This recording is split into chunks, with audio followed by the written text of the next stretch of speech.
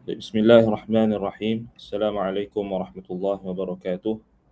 Alhamdulillahi rabbil alamin. Wa bihi nasta'in ala umuri dunya waddin. Wa sallallahu wasallam ala nabiyyina Muhammad wa ala alihi wa sahbihi wa man sara ala nahjihi wa iktafa bi atharihi wa da'a bi da'watihi wa istanna bi sunnatihi ila yaumiddin. Amma ba'du. Alhamdulillah, bersyukur pada Allah Subhanahu wa taala pada hari ini kita dapat bertemu untuk meneruskan pengajian kitab Ighathatul Lahfan fi Masayid Syaitan karangan Al-Imam Abu Abdullah Ibn Al-Qayyim rahimahullah ta'ala. Baik, jadi masih lagi dalam perbahasan berkenaan dengan tipu daya syaitan terhadap golongan yang mendengar nyanyian dan juga alat-alat yang melalaikan mereka, kan, alat-alat muzik dan sebagainya dan seumpamanya. Baik, jadi kata Al-Imam Ibn Al-Qayyim rahimahullah, seperti mana yang beliau nukilkan daripada Imam Abu Bakr At-Turtushi rahimahullah ta'ala, dan apa yang beliau komen berkenaan dengan mazhab Abu Hanifah, yang merupakan mazhab yang paling keras, antara yang paling keras dalam masalah pengharaman sama al-malahi, yakni alat-alat muzik, nyanyian dan seumpamanya, dan disebutkan sandaran mereka berkenaan dengan berlazat-lazat dengan alat-alat muzik ataupun dengan nyanyian ini boleh membawa kepada kekufuran. Kita dah sebutkan sebelum ini sandaran tersebut dari sudut marfu', maknanya sampai atau tidak kepada Rasulullah sallallahu alaihi wasallam, itu tidak sahih, tetapi memang warid daripada sebahagian salaf, iaitu daripada asar daripada makhul, itu yang diriwayatkan secara mursal, mursal, dan kita sebutkan tentang perkataan inilah, kan, inna sama' fisqun wa talazzuz bihi kufrun, kan, mendengar muzik itu ataupun alat-alat ataupun penyanyian, alat-alat muzik, fisqun, ada kefasikan, wa talazzuz bihi kufrun, berlazat-lazat dengannya itu kekufuran. Jadi ini apa dia kata muhaqqiq nas kitab ini, sandaran ini tidak sampai kepada Nabi SAW dari sudut marfu' lah, tetapi dia sampai pada makhul secara mursal. Jadi maknanya dia mursal. Bila mursal maknanya hadis ni dhaif, tetapi adakah bermakna kenyataan tersebut langsung tak ada sandaran, kan? Sebenarnya kalau kita teliti lafaz kufrun, yakni dalam athar dan juga dalam hadis-hadis Nabi SAW tentang contohnya melakukan kemaksiatan tertentu, disebutkan ancamannya dengan kekufuran. Adakah itu adalah satu uslub yang langsung tidak ada di dalam hadis-hadis Nabi SAW? Kalau kita kata uslub ini adalah uslub yang langsung tidak ada sandaran daripada hadis Nabi SAW, ini tak tepat. Sebab Nabi SAW sendiri dalam hadis-hadis baginda, antaranya lafaz daripada sahihain dan muttafaqun alaih, dan juga dalam Sahih Bukhari dan Muslim sangat banyak, yakni datang lafaz uslub yang berbentuk tarhib, ancaman. Contohnya sibabul muslim fusuq wa qitaluhu kufrun.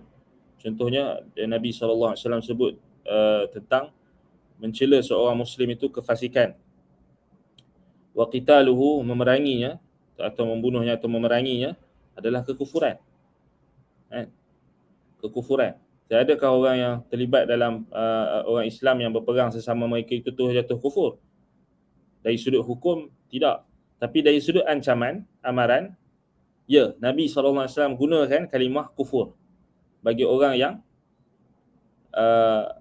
bermudah-mudah dalam kita kata apa, menghalalkan darah ataupun memerangi sesama kaum muslimin.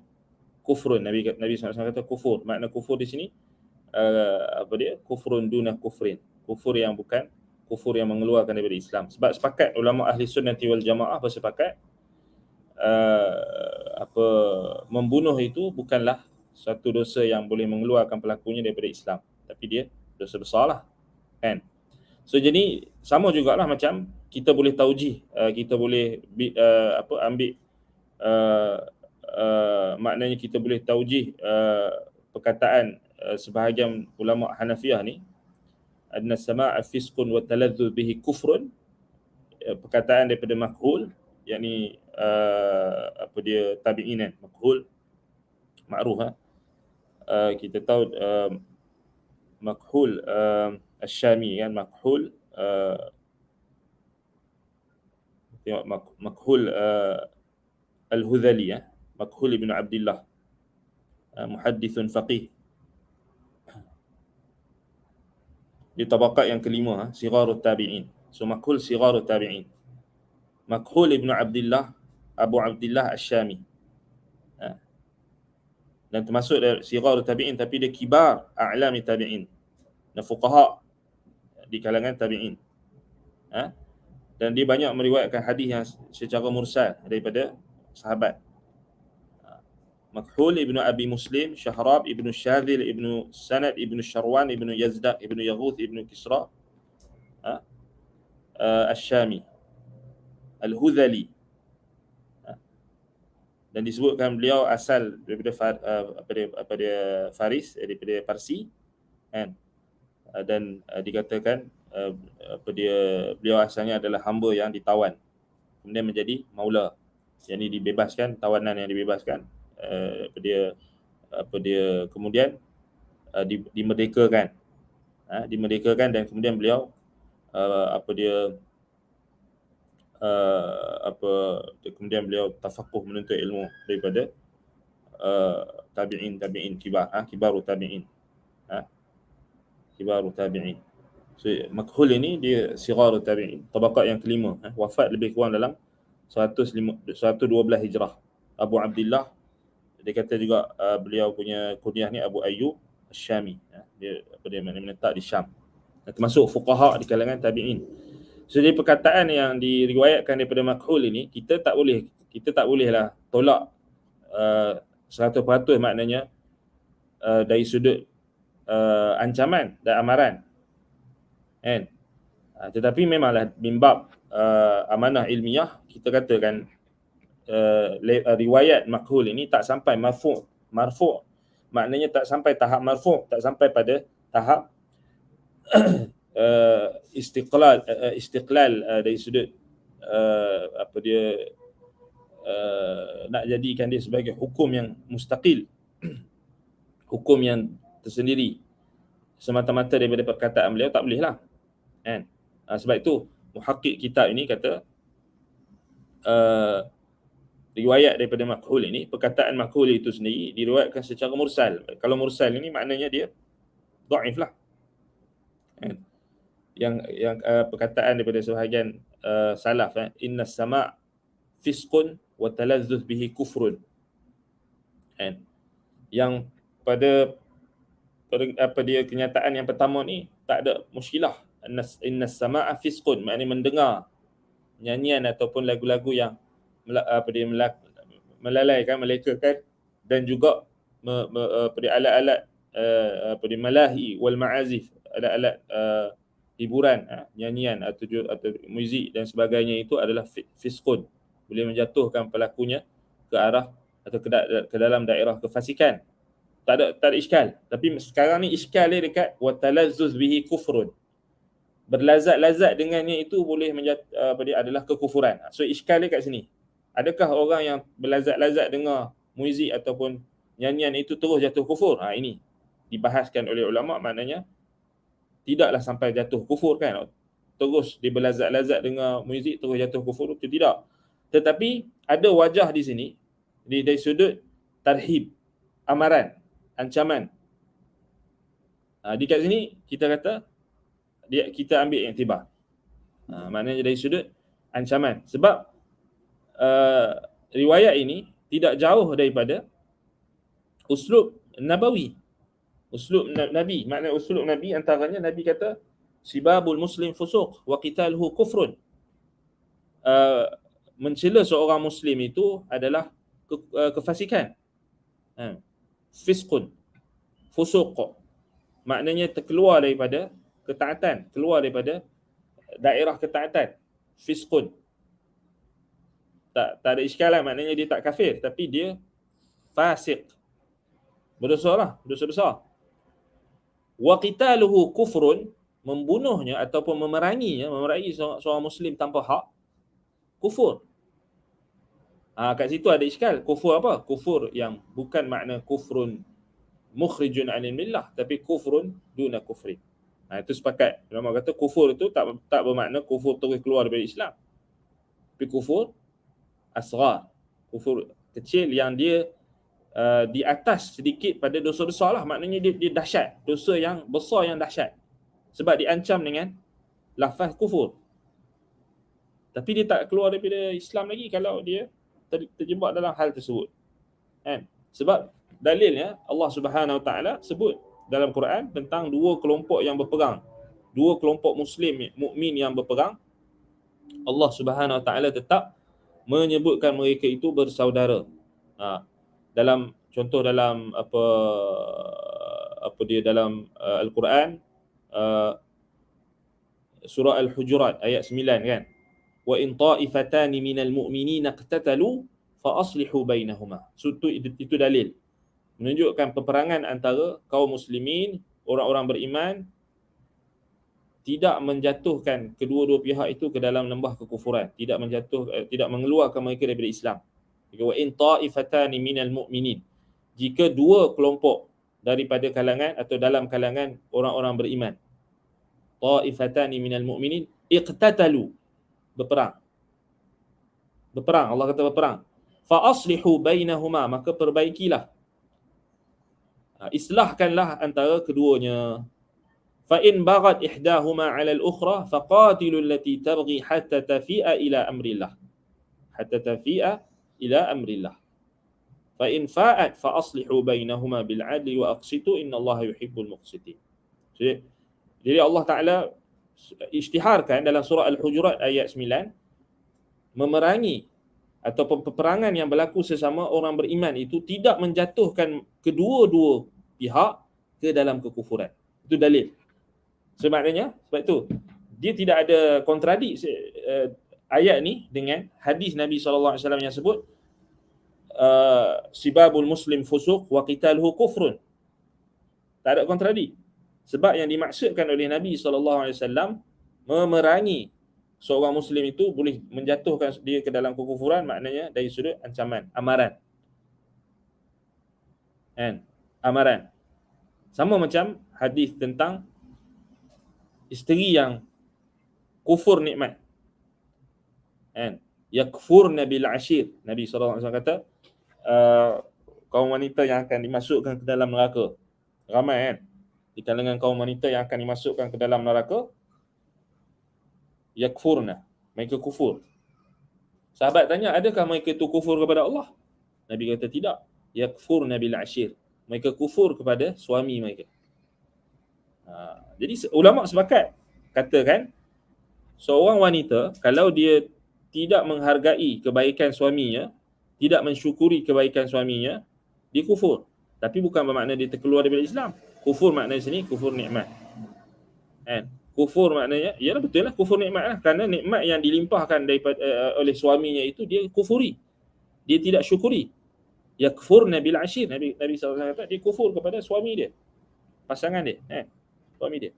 So adakah bermaksud seorang isteri itu bila dia tidak mensyukuri nikmat yang dilimpahkan daripada suaminya itu dia terus terkeluar daripada Islam? Tidak, tak ada ulama Islam yang faham macam tu, tak ada ulama ahli sunnah faham macam tu. So di situ menunjukkan kepada kita tidak ada kontradik antara hadis yang menyebut tentang kufur, sesuatu dosa itu pelakunya kufur, dengan apa kita kata akidah yang disepakati oleh kaum muslimin, maksudnya pelaku dosa besar itu tidak terus jatuh ke dalam lembah kekufuran, kan. Sama macam dia minum arak, kan. Sebahagian salaf sebut kenapa minum arak ni boleh membawa kepada kekufuran, kerana apabila dia tinggalkan solat. Bukan maknanya dia minum arak, teguk air arak tu terus jatuh kufur, bukan.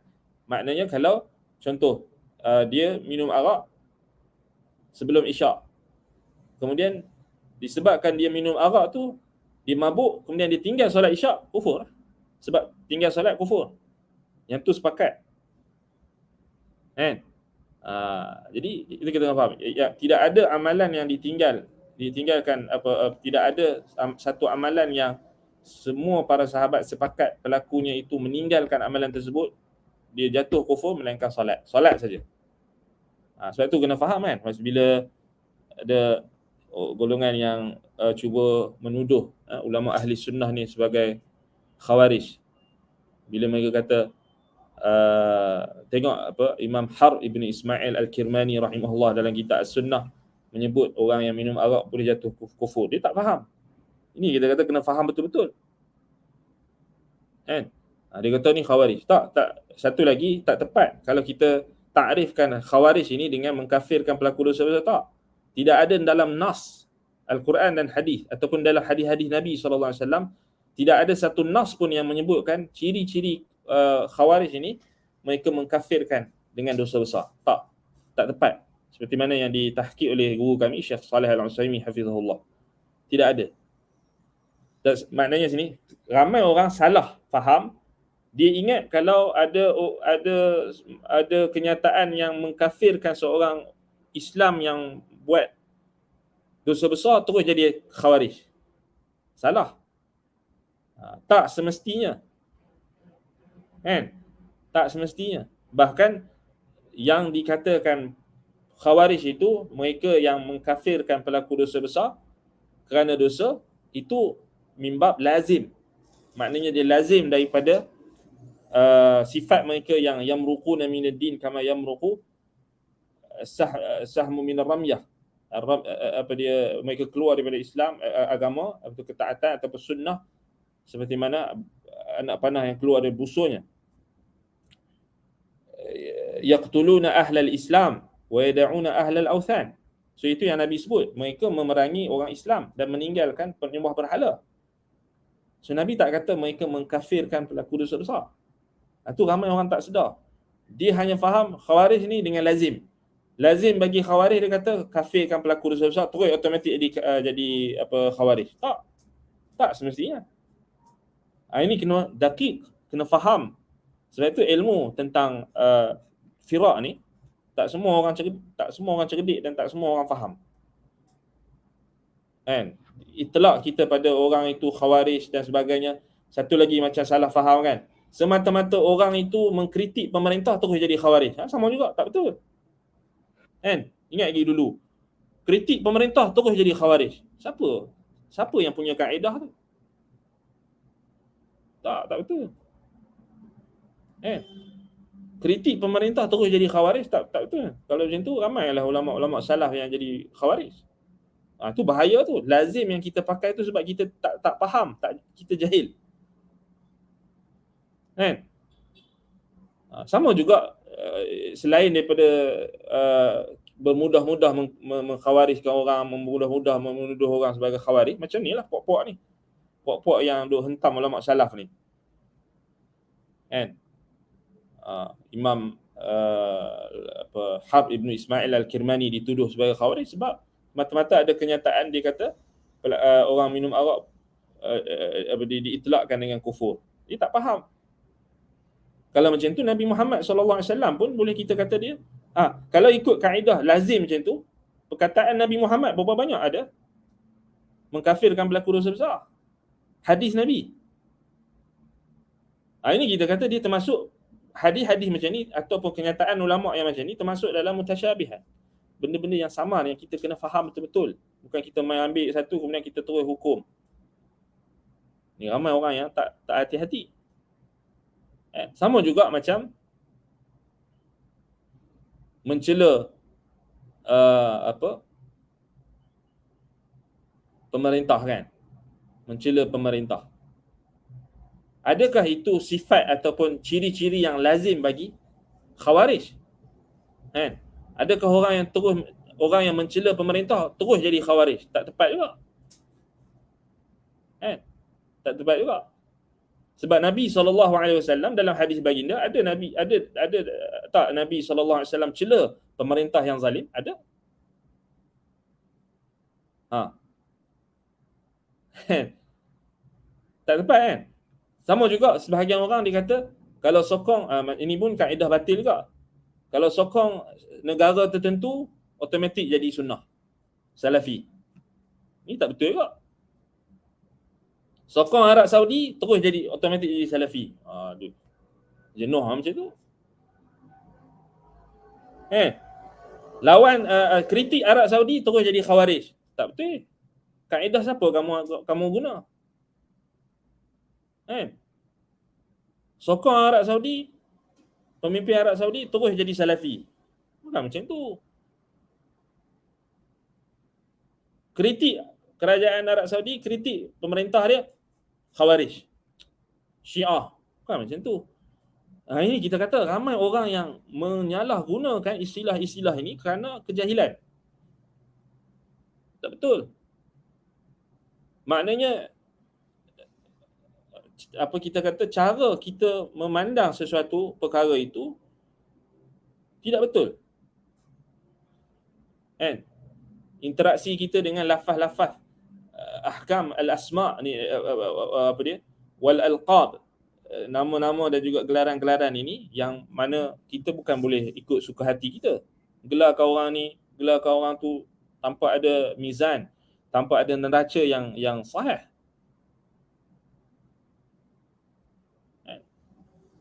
Sama juga macam orang yang tuduh imam-imam kaum muslimin, ulama-ulama Islam, ulama-ulama besar Islam, yang ada mereka itu tidak maksum, yang ada kesalahan dalam beberapa perkara, tetapi tidak menjatuhkan kedudukan dan keimaman mereka, kredibiliti mereka. Contoh macam Imam Abu Hanifah rahimahullahu taala rahmatan wasi'ah.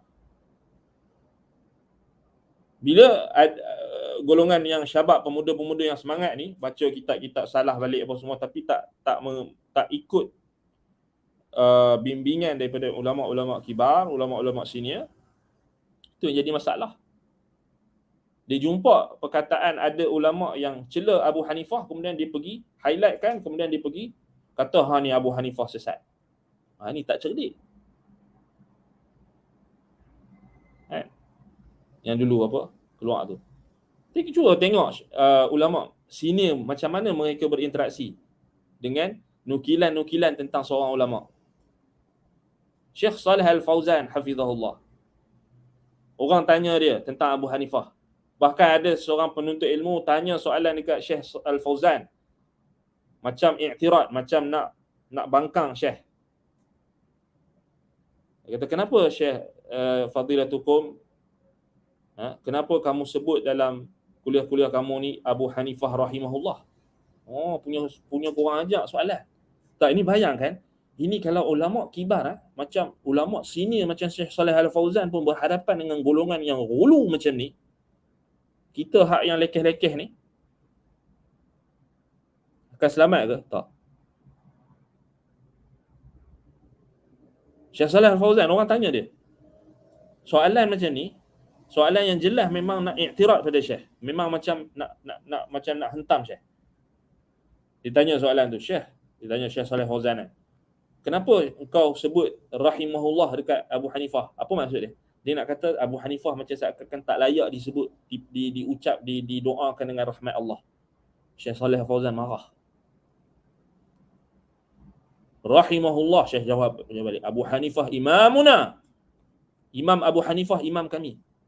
Imam ahli sunnah wal jamaah. Syekh Fauzan bagi dia soalan tu. Penyoal tu memang kurang ajar lah. Tapi Syekh Fauzan dia jawab lah dengan tegas. Abu Hanifah imamuna, imam kita, imam ahli sunnah. Apa maksud dia? Syekh Saleh Fauzan tak tahu ke ada ulama yang kritik Abu Hanifah dalam setengah isu? Bukan dia tak tahu, dia tahu. Imam Abu Hanifah rahimahullah dikritik oleh sebahagian salaf kerana Imam Abu Hanifah terlampau meluas-luaskan penggunaan qiyas dalam masalah hukum. Dan adakah tujuan Abu Hanifah tu memang saja nak guna qiyas? Tidak, kita kena tahu Imam Abu Hanifah, beliau rahimahullah duduk di Iraq. Iraq ini adalah ardun fitan wal zalazil. Zaman Abu Hanifah tu, Iraq ni adalah tempat fitnah. Bacalah sejarah. Tempat yang bergoncang, tempat yang kita kata penipu-penipu, pendusta-pendusta sangat ramai. Abu Hanifah, beliau mengambil pendekatan berhati-hati untuk menggunakan hadis kerana ramai yang ada pada zamannya itu menyebarkan hadis-hadis palsu. Sebab itu beliau menggunakan pendekatan banyak iktimad beliau pada qiyas. Kerana bagi beliau, berbanding beliau menggunakan hadis-hadis yang palsu yang disebarkan oleh pendusta-pendusta pada zaman itu, lebih selamat beliau menggunakan qiyas. Ini orang tak faham. Orang kata Abu Hanifah tolak hadis, tak mau pakai hadis. Kamu yang bodoh. Kamu yang tak tahu nilai seorang ulama, kamu tak tahu zaman dia macam mana, kamu tak tahu dia punya apa yang ulama itu hadapi. Kamu buat hukum atas apa yang kamu nampak sahaja. Tu antara orang tak tahu. Imam Abu Hanifah bukan sengaja diluah-luahkan guna qiyas. Kerana dia berhadapan dengan golongan ahlul bidah wal ahwa yang menyebarkan hadis-hadis palsu pada zaman dia. Dia berhati-hati. Rahimahullah, sebab itu dia mendapatkan uzuran. Ulama-ulama yang datang kemudian, mana ada cela atau laknat Abu Hanifah. Mereka sebutkan kebaikan Abu Hanifah. Walaupun ada perkara-perkara yang beliau tersalah, tapi manusia. Ini yang tak difahami oleh syabab-syabab zaman sekarang. Pemuda-pemuda zaman sekarang yang semangat. Yang kadang-kadang kita tengok tu melampau, melebih-lebih. Nas-nas ulama salaf pun dia orang terjemah tak betul. Banyak.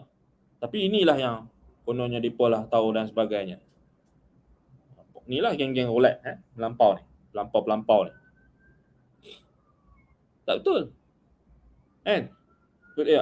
Abu Hanifah. Dia orang attack Imam Abu Hanifah. Kamu siapa? Sampai tahap macam tu sekali kan? Cuba kamu rendahkan diri. Tengok kenyataan-kenyataan kibar ulama. Al-barakatu ma'a kibarikum.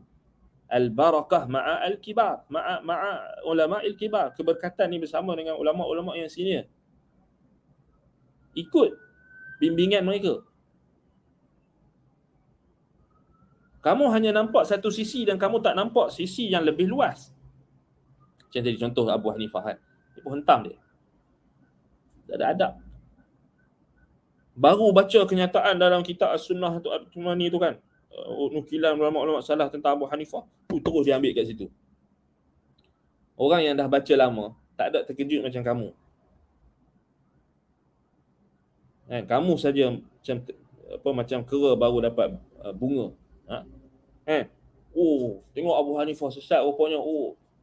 Awak kamu nak kata kamu hebat. Kamu nak kata kamu lebih hebat daripada Abu Hanifah sampai kamu menjaja kesalahan-kesalahannya yang telah dibahaskan oleh ulama-ulama yang datang kemudian, dan mereka dah sepakat bahawasanya Abu Hanifah ini walaupun dia manusia biasa. Bukan kata Abu Hanifah saja, Imam Malik, Imam Syafi'i, Imam Ahmad bin Hanbal. Kalau nak cari kesalahan mereka ada. Bukan tak ada kesalahan, kerana mereka manusia. Tetapi kenapa kamu jaja kesalahan imam min a'immatil muslimin, imam-imam kaum muslimin ini dengan tujuan yang kamu nak menjatuhkan dia? Itu bukan adab Islam. Mula tengok Abu Hanifah, kemudian mereka hentam Al-Harb ibn Ismail Al-Kirmani, anak murid Imam Ahmad, Harb ibn Ismail Al-Kirmani rahimahullah. Kemudian mereka hentam Imam Ad-Darimi. Mereka hentam Imam Ibn Taymiyah tu tak payah cakap lah kan. Ashab Imam Ahmad bin Hanbal. Kemudian sekarang ni melarat pula pada yang belah yang konon nak perjuangkan salafi ni pun satu juga. Melampau juga. Sekarang ni dia orang cela An-Nawawi pula, Imam An-Nawawi, Ibn Hajar Al-Asqalani. Kononnya mereka ini banyak kesalahan.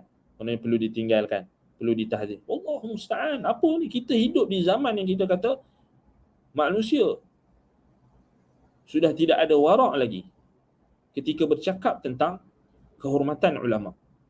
Imam An-Nawawi rahimahullahu taala, imam kita, imam kaum muslimin,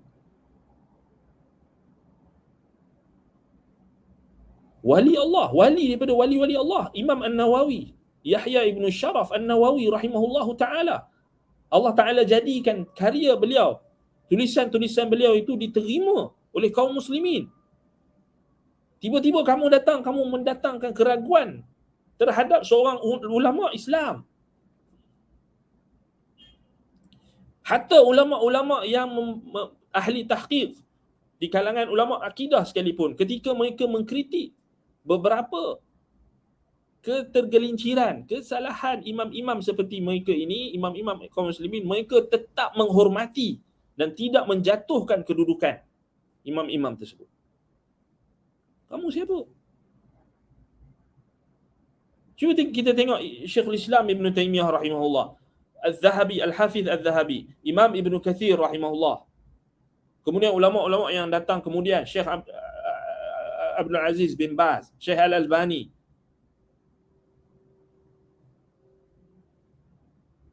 Dan ramai lagi ulama-ulama Islam yang mereka pejuang-pejuang akidah salafiyah. Mereka, ketika mereka berinteraksi dengan kesalahan ulama, mereka tidak menjatuhkan terus ulama tersebut yang ada kesalahan dia. Sebab kalau kita yang jenis yang mengarut ni banyak sekarang ni, Wallahul musta'an. Kat negara Arab ramai kok yang jenis YouTubers ni. Tak dipakai kok. Memang ada banyak kitab kan, tapi orang duk rujuk YouTubers bagi pendapat. Orang panggil dia syekh pun tak kira lah panggil syekh ke, panggil ustaz ke, panggil apa. Tapi dia bukan level, bukan tahap dia pun untuk, maknanya bila dia cakap macam tu, dia jatuhkan kedudukan An-Nawawi, Imam An-Nawawi rahimahullahu ta'ala. Al-Hafiz Ibn Hajar Al-Asqalani rahimahullahu ta'ala. Bila kamu yang orang pun tak kenal siapa kamu ni, tiba-tiba kamu menzahirkan diri kamu kononnya mengkritik ulama-ulama ini, kemudian kamu menjatuhkan kedudukan mereka, itu memang salah. Kamu yang akan jatuh, kamu yang akan dihinakan. Man 'adali waliyan faqad adzantuhu bil harbi. Dalam hadis qudsi Nabi SAW sebut, Allah Ta'ala isytiharkan perang. Barang siapa yang memusuhi waliku, man 'adali waliyan, barang siapa yang memerangi waliku, faqad adzantuhu bil harb, aku isytiharkan peperangan ke atas dia. Bukan ringan. Ulama-ulama Islam yang kita kata yang ulama sepakat, ulama ahli sunnati wal jamaah sepakat kedudukan mereka, imamah mereka, kepimpinan mereka dalam agama, tiba-tiba kamu yang datang entah mana-mana ni, kamu nak suruh orang semua tolak ulama itu dengan semudah macam tu saja. Ulama itu tidak maksum. Tetapi bukan bermakna bila mereka tersalah terus kita tolak seluruh khidmat mereka kepada Islam. Ini memang jelaslah haddadiyun, manhaj kita kata ghulu ni. Tak ada warak, tak ada rasa takut kepada Allah. Bahaya, sangat bahaya. Pemuda-pemuda yang semangat ini kita kata, sebab itulah kenapa masyayikh, ulama-ulama kita selalu ingatkan jangan, maknanya jangan kamu beranggapan kamu itu sudah, bila kamu baca kitab dan sebagainya, kamu tak perlu lagi bimbingan daripada ulama yang lebih tua daripada kamu. Ini bahaya. Lepas ni tak tahulah, kita kata mereka akan satu yang belah geng Jahmiyah, tu jelas al-bid'ah. Yang geng Salafi yang syadid ni pun yang ghulu. Mereka kononnya nak, alasan mereka kononnya nak mempertahankan akidah salaf, tapi tak betul juga. Bila dia menjatuhkan kedudukan ulama-ulama yang sudah disepakati, tak boleh. Ulama ahli sunnah yang kritik beberapa kesalahan ulama-ulama ini pun tidak sampai mereka jatuhkan kedudukan dan kehormatan. Bahkan mereka mengucapkan rahmat Allah, mendoakan kebaikan. Hatta mereka yang terjebak dalam takwil di kalangan ulama Asy'ariyah macam Ar-Razi, siapa lagi? Al-Ghazali, ulama ahli sunnah tetap doakan kebaikan, rahimahullah. Tetap doakan rahmat, tetap sebut nama mereka ini dengan kebaikan. Kesalahan mereka ditambih, diberikan peringatan, diberikan amaran. Tetapi bukan bermakna kita jatuhkan terus kedudukan mereka dalam hati kaum muslimin. Tidak, mereka ada jasa yang banyak berkhidmat untuk Islam. Lebih banyak daripada kita ni. Kita ni tak apa-apa.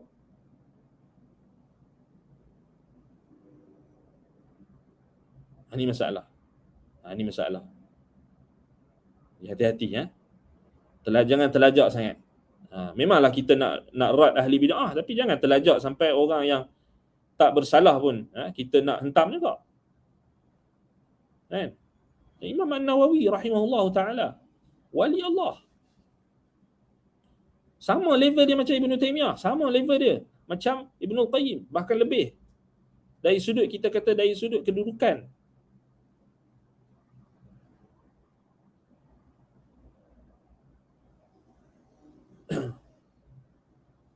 Al-Hafiz Ibn Hajar Al-Asqalani rahimahullah taala. Mereka ini ulama yang kita kata berjasa dalam menyebarkan sunnah. Sebab itu Syekhul Islam Ibn Taymiyah rahimahullah karang kitab Raf'ul Malam an A'immatil A'lam. Kitab ni sangat penting. Mengangkat celaan, tohmahan-tohmahan daripada imam-imam yang al-a'lam, a'immatil a'lam, yakni imam-imam yang terkenal, imam-imam yang menjadi dikenali dengan jasa dan juga sumbangan mereka terhadap perjuangan Islam. Tak boleh kita interaksi kita dengan kesalahan ulama ni bukan macam orang biasa. Hatta orang biasa pun kita tak boleh, tetap ada adab, kan? Apatah lagi kalau ulama. Allahul musta'an. Kita bukan bincang tentang ahli bid'ah yang jelas-jelas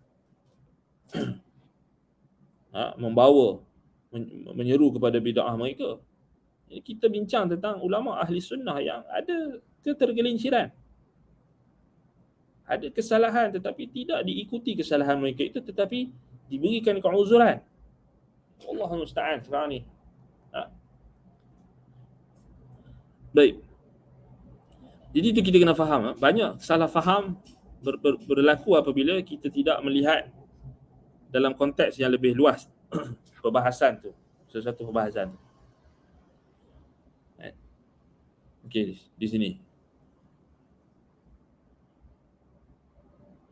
Baik, yang ni kan, yang bimbingan yang kita sebut sebelum ni, berusaha untuk kita tak bermudah-mudah lah, maknanya perkataan sebahagian ulama dalam mazhab Hanafi ni, apa dia, Al-Ahnaf, yang mengatakan berlazat-lazat mendengar nyanyian ataupun apa muzik ataupun alat-alat apa muzik itu dapat membawa kepada adalah kekufuran, itu adalah satu ancaman, amaran supaya kita tidak bermudah-mudah dengan maksiat. Ada maknanya ada sisi kebenaran yang dari sudut ini. Kan? Yang tu sebab itu kita kena faham ibarat yang digunakan oleh ulama salaf. Bila mereka kata man fa'ala kadza wa kadza kufrun, kafar, atau ini, atau kufur. Jangan kita terlampau literal. Kena faham apa konteks, siap kenyataan mereka tu. Kan? Banyak perkara yang ada beberapa orang sahabat ni kongsi kat anda ni, anda kena jawab. Orang yang salah terjemah perkataan salaf, ni pun bahaya. Ni ada seorang ni hamba Allah ni, dia terjemah perkataan Maimun bin Mihran.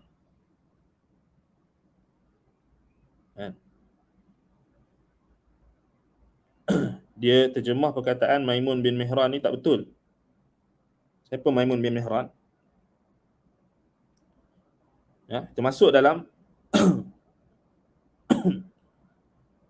kibar ulama tabi'in. Ha? Maimun bin Mihran Al-Jazari.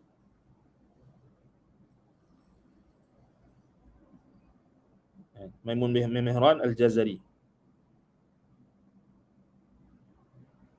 Di tabaqat yang keempat. Abu Ayyub Maimun ibnu Mihran Al-Asadi Al-Kufi Al-Azdi Maula.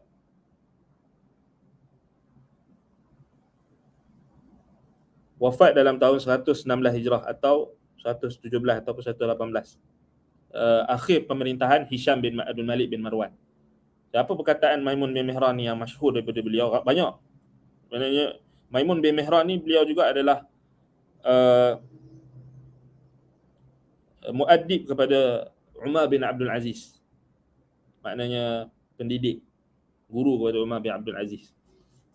Khalifah Bani Umayyah yang masyhur, khalifah yang adil. So Maimun bin Mihran ni rahimahullah, beliau ada satu perkataan. Thalathun la tabluwanna nafsaka bihinna. La tadkhulu ala sultan wa in qulta amuruhu bi ta'atillah. Wala tasghina bi sam'ika ila hawa fa innaka la tadri ma ya'liqu bi qalbika minhu. Wala tadkhulu ila imra'atin wa in qulta u'allimuhu atau ukhbiruhu atau u'allimuha an kitabillah. Perkataan beliau ni masyhur dalam Syiarul A'lam An-Nubala. Apa maksud perkataan ni? La tabluwanna nafsaka bihinna. Thalathun la tabluwanna nafsuka bihinna. 3 perkara janganlah kamu membiarkan dirimu itu terfitnah ataupun diuji dengan 3 perkara tersebut. Yang pertama, la tadkhulu ala sultan. Jangan kamu masuk kepada sultan. Jangan kamu masuk bertemu dengan pemerintah. Jangan kamu masuk ke tempat sultan, tempat pemerintah. La tadkhulu ala sultan. Wa in qulta amuruhu bi ta'atillah. Walaupun kamu mengatakan, kamu nak kata dekat dia, aku nak perintahkan dia kepada mentaati Allah. Poin di sini penterjemah ni, dia terjemah salah. Dia kata jangan engkau masuk campur urusan penguasa. Meskipun untuk engkau mengatakan agar dia mentaati Allah. Salah. La tadkhulu ala sultan, bukan maksud la tadkhulu ala umuri sultan. La tadkhulu ala abwabi sultan. Atau la tadkhulu ala sultan itu sendiri. Jangan kamu masuk bertemu dengan sultan. Wa in qulta amuruhu bi ta'atillah. Walaupun kamu mengatakan, kamu memberi alasan untuk menyuruh dia untuk mentaati Allah. Apa maksud dia? Kalau kita tak faham konteks dan kita tak faham siapa yang menuturkan perkataan ini, dalam konteks ini Maimun ibn Mihran, tabi'in, fuqaha di kalangan tabi'in, kamu tak faham apa situasi itu, kamu akan terjemah salah. Ini masalahnya, geng-geng ni, dia terjemah perkataan ulama salaf tu dengan konteks yang dia faham. Lari tak sekarang ni? Dia terjemah ni, jangan kamu masuk campur urusan penguasa. Dengan kita katakan tadi, jangan kamu masuk bertemu dengan penguasa, pemerintah. Walaupun kamu nak kata dekat dia untuk mengarahkan dia agar dia mentaati Allah. Wa in qulta amuruhu bi ta'atillah. La tadkhulu ala sultan. Ni sebenarnya bukan perkataan Maimun bin Mihran saja. Perkataan ramai lagi ulama salaf banyak yang bermaksud la tadkhulu ala sultan. Maknanya jangan kamu masuk bergaul dengan sultan. Jangan kamu duduk dekat pemerintah. Jangan kamu masuk pintu-pintu pemerintah. Jangan kamu pergi duduk dekat pemerintah. Warid daripada perkataan Sufyan Ats-Tsauri iyyaka daripada Huzaifah bin Al-Yaman, iyyakum wad-dukhul ala sultan, ataupun iyyakum mawaqi'ul fitan atau ihdharu min mawaqi'il fitan abwabi sultan. Itulah kita kata kita kena faham, nak terjemah perkataan salaf ni kena faham dulu konteks, dan kena faham, kena ada juga pengetahuan tentang kalam-kalam ulama salaf yang lain, supaya kamu tak terjemah tu dengan salah. Sekarang ni dia terjemah, bahaya dia terjemah kat sini, jangan kamu masuk campur urusan penguasa. Apa maksud dia? Maknanya jangan kamu masuk urusan tentang sultan, pemerintahan ni, itu biarkan urusan mereka. Biarkan itu dengan urusan mereka. Itu yang dipaham.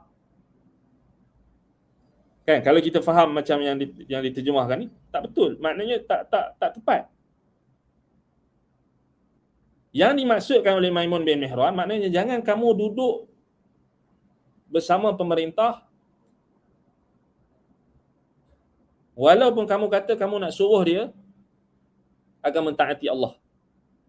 Maknanya tak boleh. Apa maksud tak boleh kat situ? Ini kena faham mazhab ulama salaf ketika itu. Majoriti tabi'in ketika berlakunya fitnah dalam zaman pemerintahan Bani Umayyah, fitnah perebutan kuasa, fitnah yang melibatkan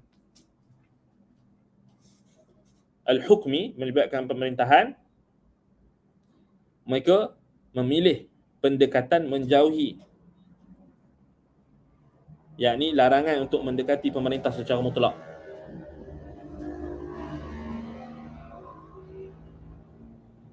Termasuk Maimun bin Mihran, dia bagi nasihat dekat anak murid dia.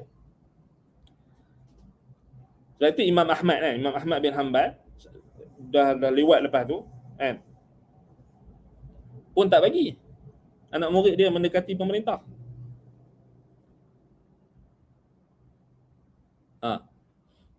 Bukan maksudnya kat sini dia kata jangan kau masuk campur urusan penguasa pemerintah, walaupun meskipun untuk kau mengatakan agar dia mentaati Allah. Salah, tak betul. Bukan masuk campur urusan pemerintah. Memang kita memang dilarang untuk masuk campur urusan bukan urusan kita daripada asal pun. Min husni islamil mar'i tarkuhu ma la ya'ni. Nabi SAW tak bagi kita masuk campur urusan orang lain, betul tak? Dia apa maksud kalau kita terjemah macam tu? Tak betul. Jangan kau masuk campur urusan penguasa. Memang tak boleh pun. Memang bukan kata urusan penguasa, urusan orang lain yang bukan urusan kita pun kita dilarang untuk masuk campur. Kenapa masuk campur urusan penguasa saja? Tak betul lah maknanya terjemahan ni. Maknanya la tadkhulu ala sultan, maknanya jangan kamu duduk melazimi pemerintah. Huzaifah kata apa? Dia adalah mawaqi'ul fitan, tempat berleganya fitnah. Nabi SAW kata man lazama ataupun man ata abwab as-sultan uftutin. Ini hadis. Bahawa siapa mendatangi pintu-pintu pemerintah maka dia akan terfitnah. Itulah maksudnya. Bukannya jangan masuk urusan pemerintah. Memang kita dilarang untuk masuk urusan bukan urusan kita. Apatah urusan pemerintah, itu memang orang sedia maklum. Ini menunjukkan terjemah tak betul.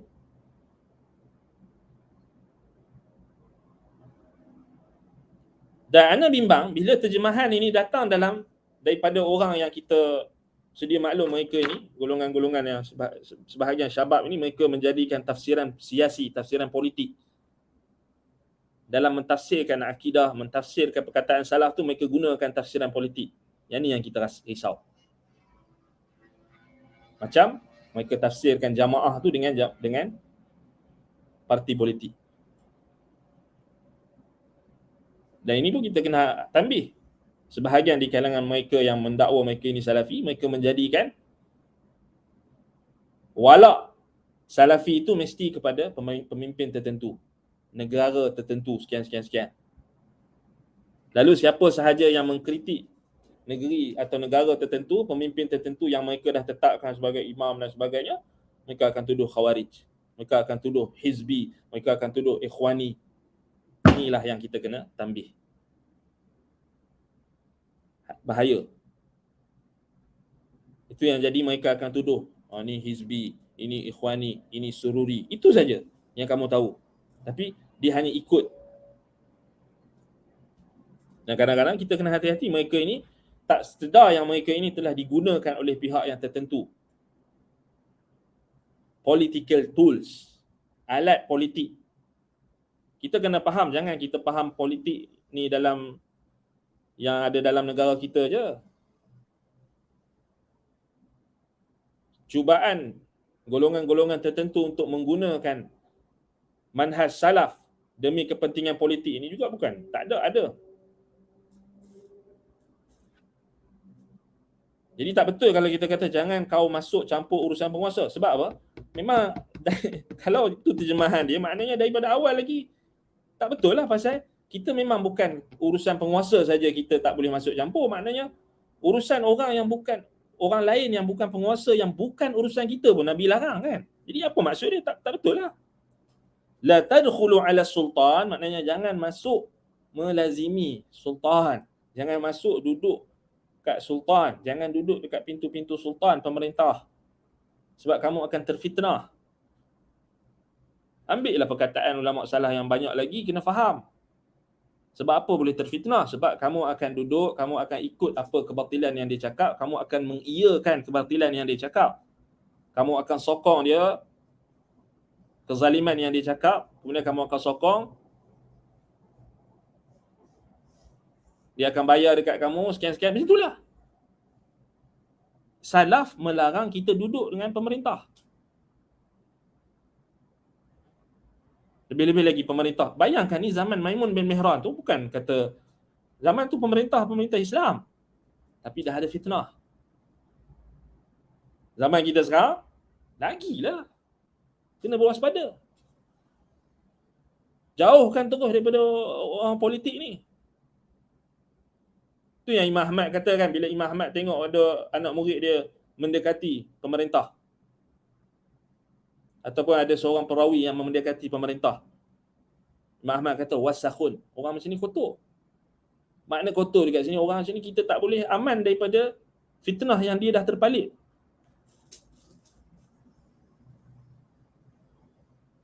Bukan kita nak kata orang yang terlibat dengan politik ni semua kotor kan, tapi yalah dia akan terpalit dengan fitnah-fitnah pemerintahan tu, fitnah-fitnah politik. Tak betul, jangan kau masuk campur urusan penguasa meskipun tu salah.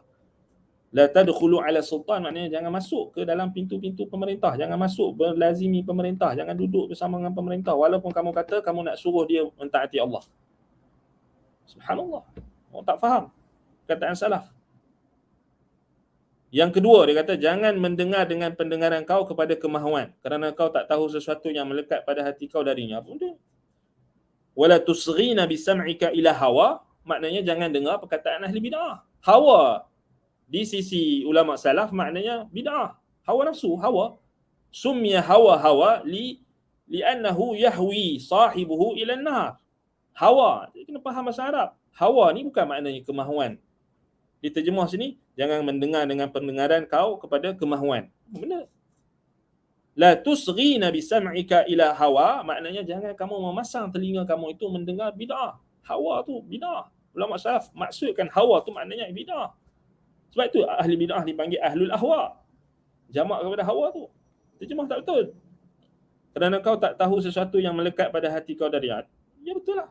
Itu betul lah kat situ, kerana kau tak tahu sesuatu yang daripada hawa nafsu tu, daripada bid'ah tu akan melekat pada hati kau. Yang ketiga ni, jangan kau masuk ke rumah wanita walaupun kau kata aku nak beritahu dia perkara kita Allah. Sebenarnya bukan rumah wanita saja. Jangan kamu menggauli wanita. Maknanya jangan kamu masuk bersendirian.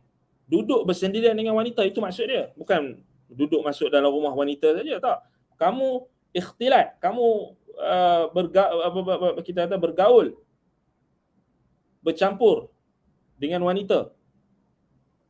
Ikhtilat lah maknanya, tanpa apa panggil, tanpa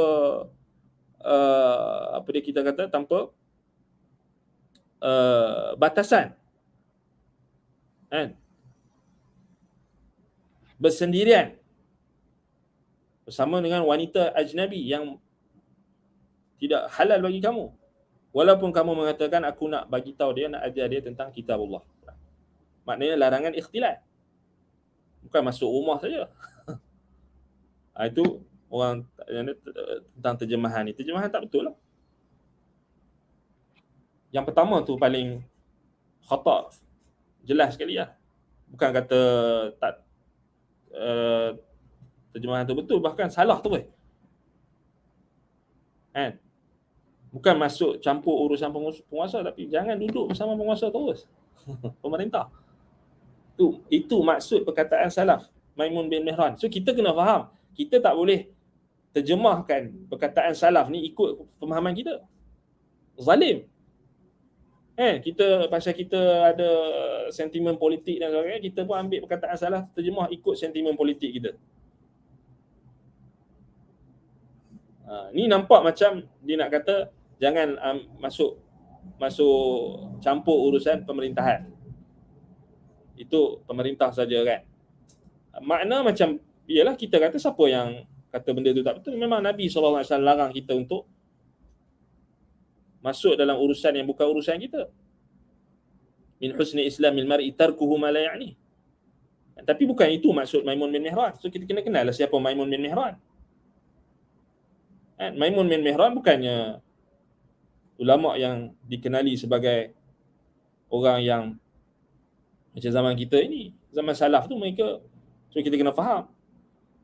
Sebahagian ulama salaf, kenapa mereka melarang manusia untuk mendekati sultan, mendekati pemerintah, wakil-wakil pemerintah, sebab ada fitnah.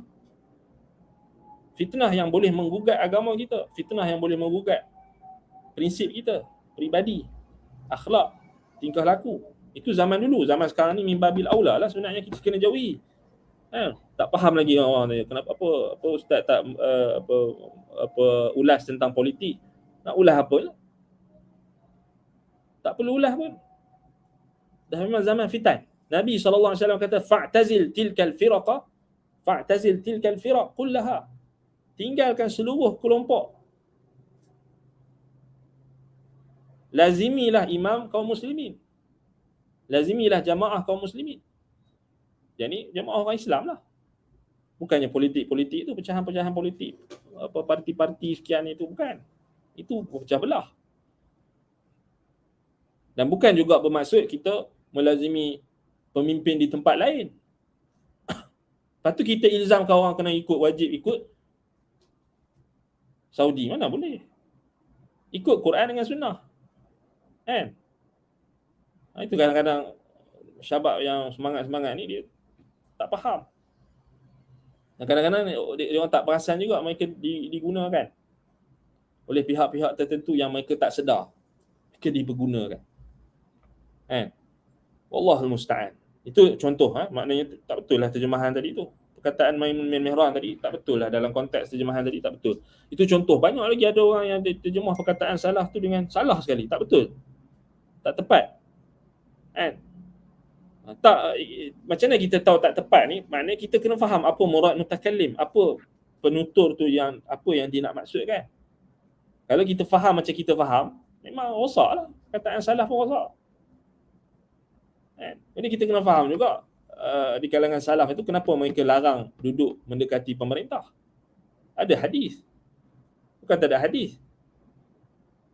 Ada perkataan sahabat yang lain. So kena itu memerlukan kepada pengetahuan yang lain untuk kita membina terjemahan yang lengkap, terjemahan yang betul. Kalau tak memang salah. Banyak ana tengok ramai orang yang diterjemah perkataan ulama salaf ni dia mengikut terhadap.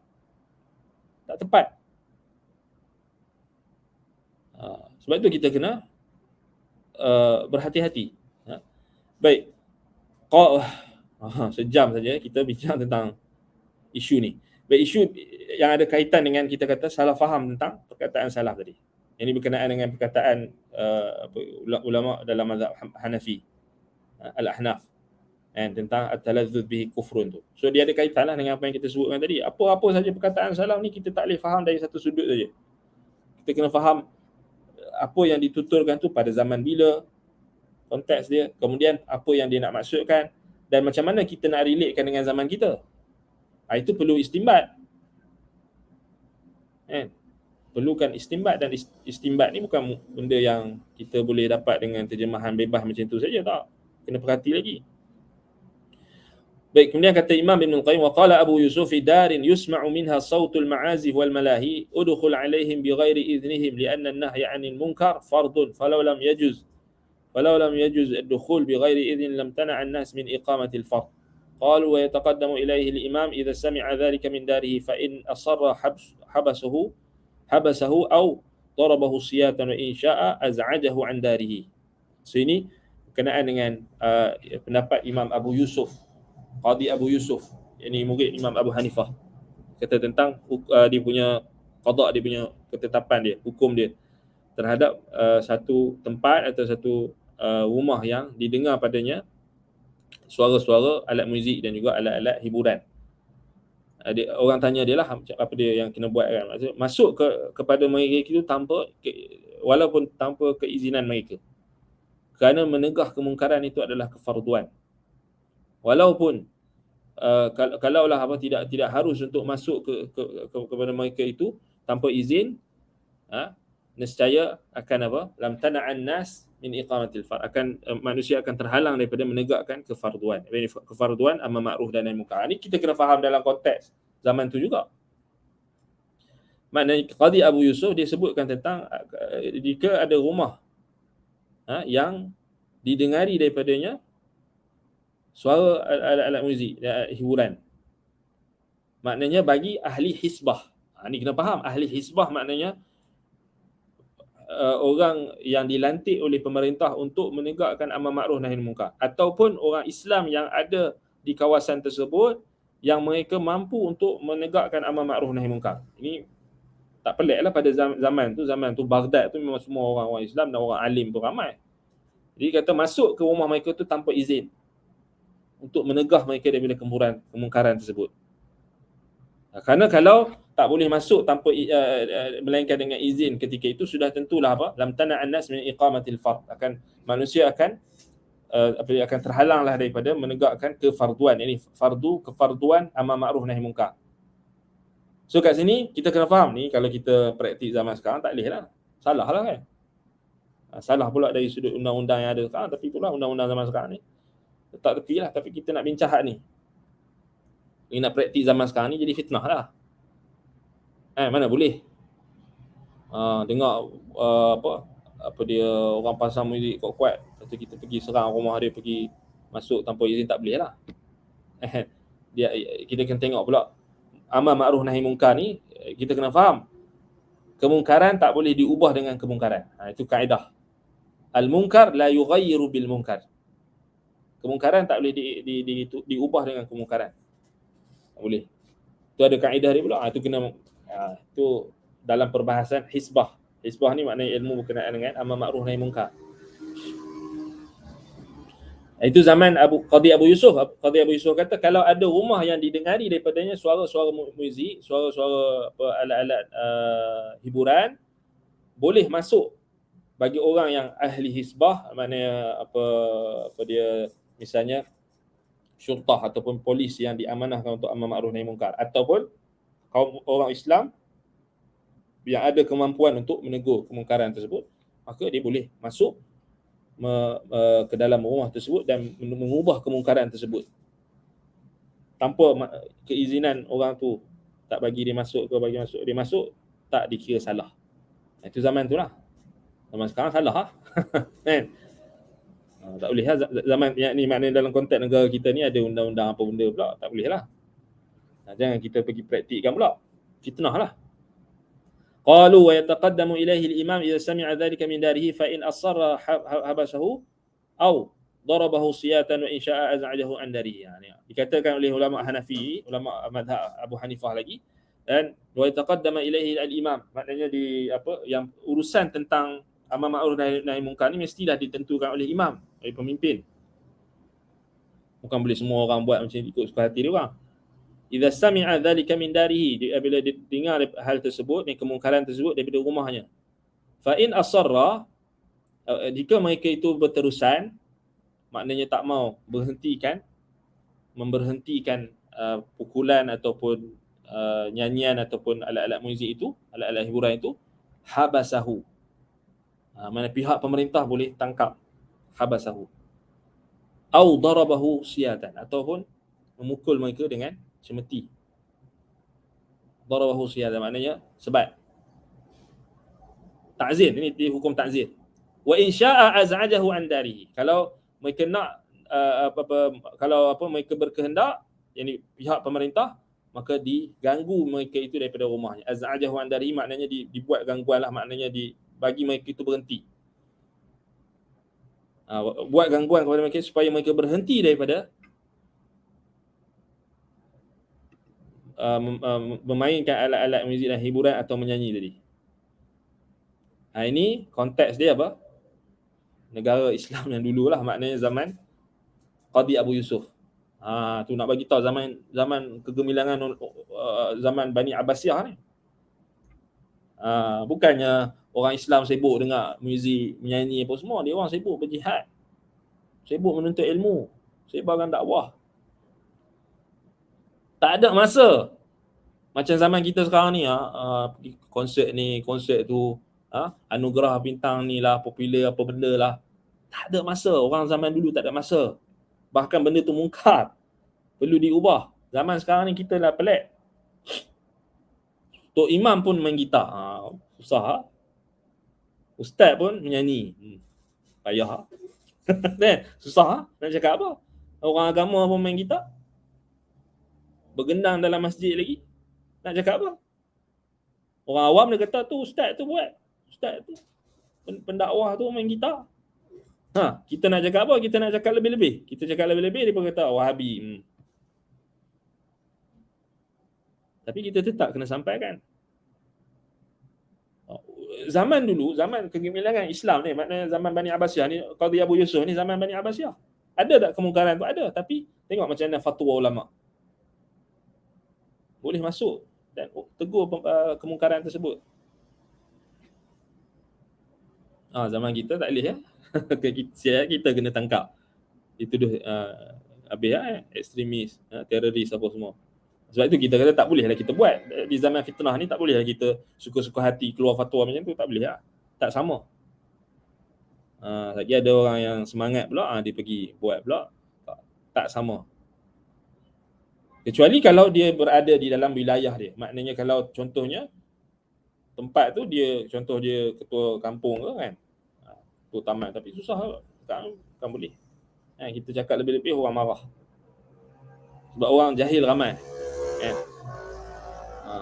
Jahil ramai. Tapi kecuali kalau dia ada kedudukan dalam apa tempat tersebut tu, dia contohnya pemerintah dia orang, dia kena ni lah, tegas lah. Sekarang tak, pemerintah pun jangan sekali. Allahul musta'an, macam mana kita nak cakap apa.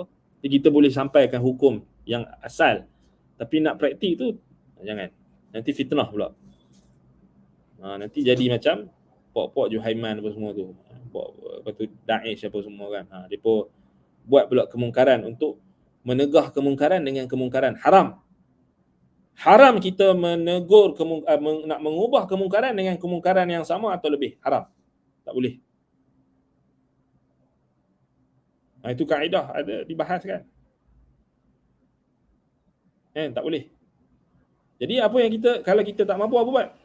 Balik pada hadis Abu Sa'id Al-Khudri, man ra'a minkum munkaran falyughayyirhu bi yadihi fa in lam yastati' fa bi lisanihi fa in lam yastati' fa bi qalbihi wa dhalika adhaful iman. Balik pada kemampuan.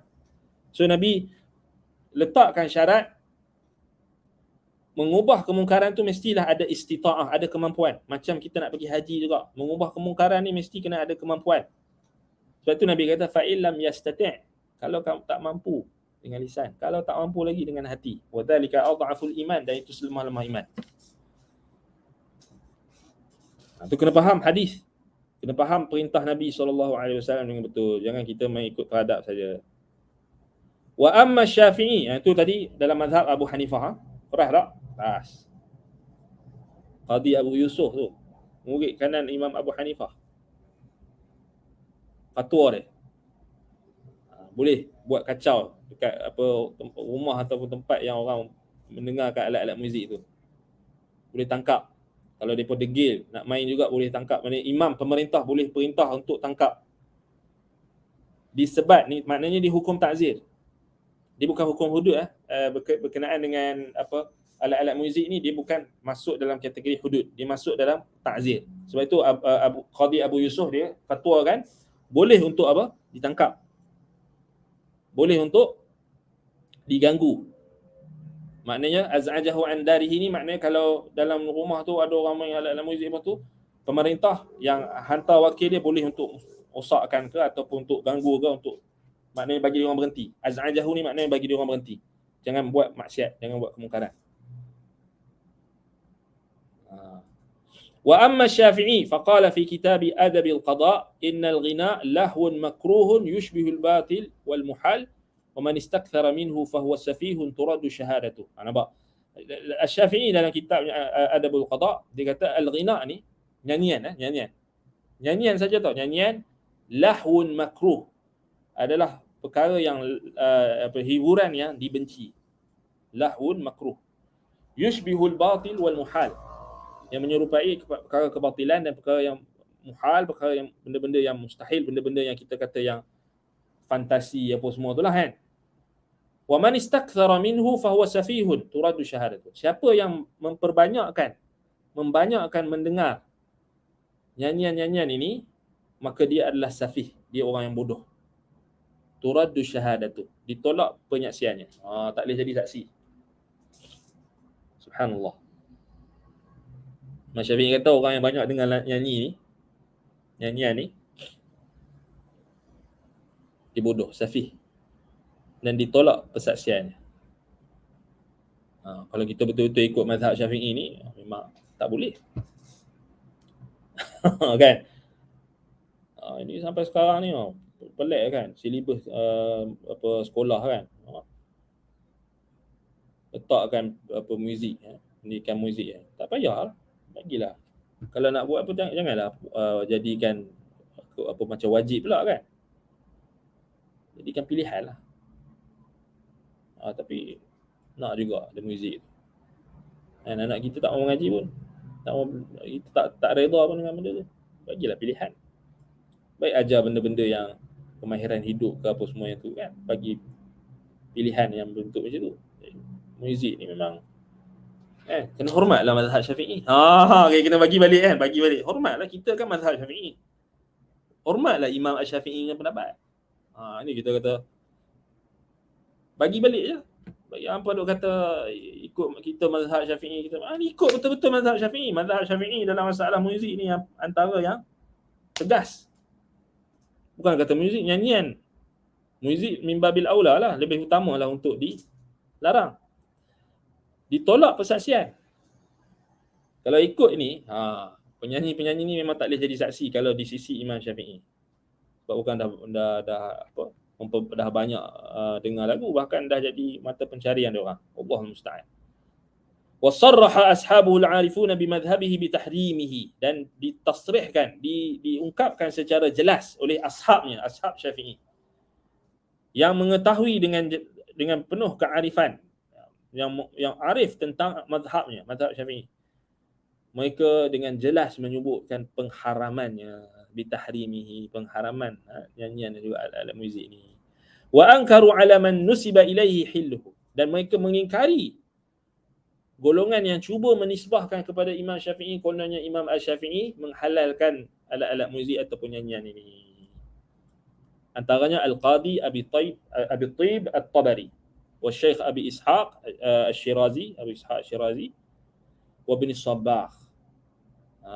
Ini ulama-ulama mazhab Syafi'i yang betul-betul faham tentang mazhab Syafi'i. Bukan macam zaman sekarang dia bangga dengan mazhab Syafi'i tapi dia paling lawan mazhab Syafi'i. Akidah Imam Syafi'i pun lawan, fiqh Imam Syafi'i pun lawan. Lepas tu apa yang dia ikut mazhab hawa nafsu dia. Allah musta'an.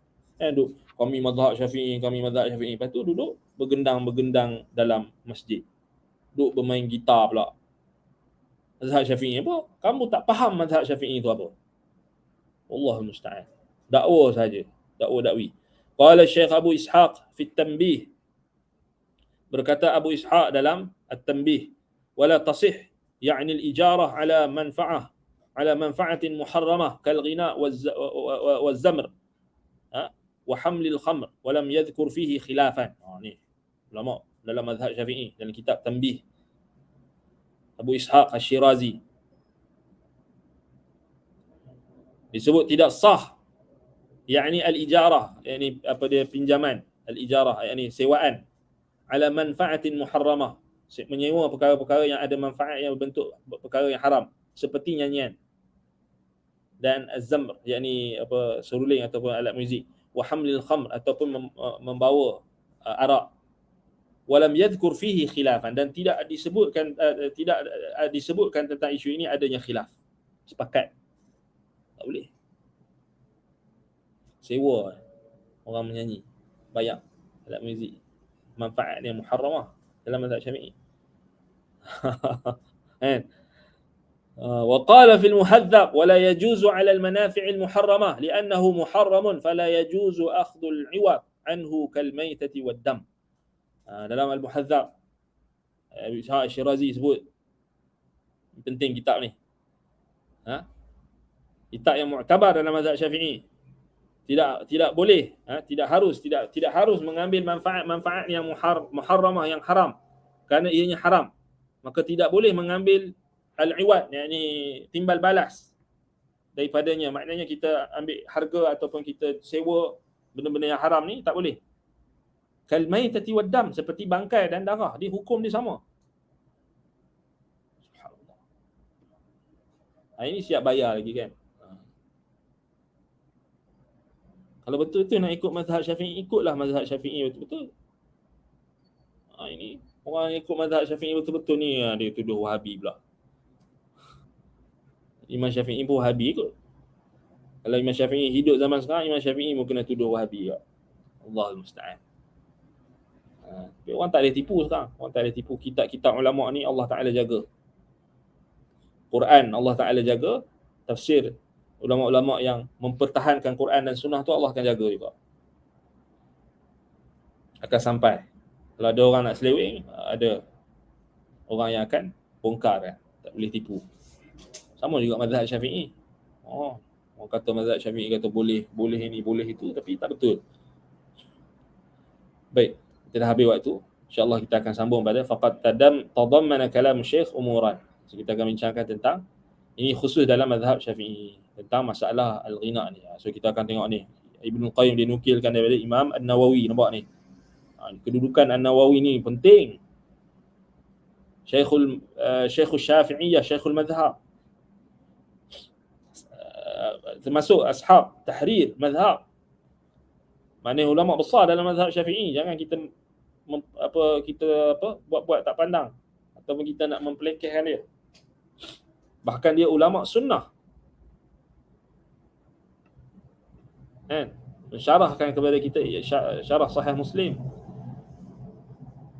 Muhaddis, ulama ahlul hadis, Imam An-Nawawi rahimahullah taala rahmatan. Kita akan bincang nanti insya-Allah pada kelas akan datang.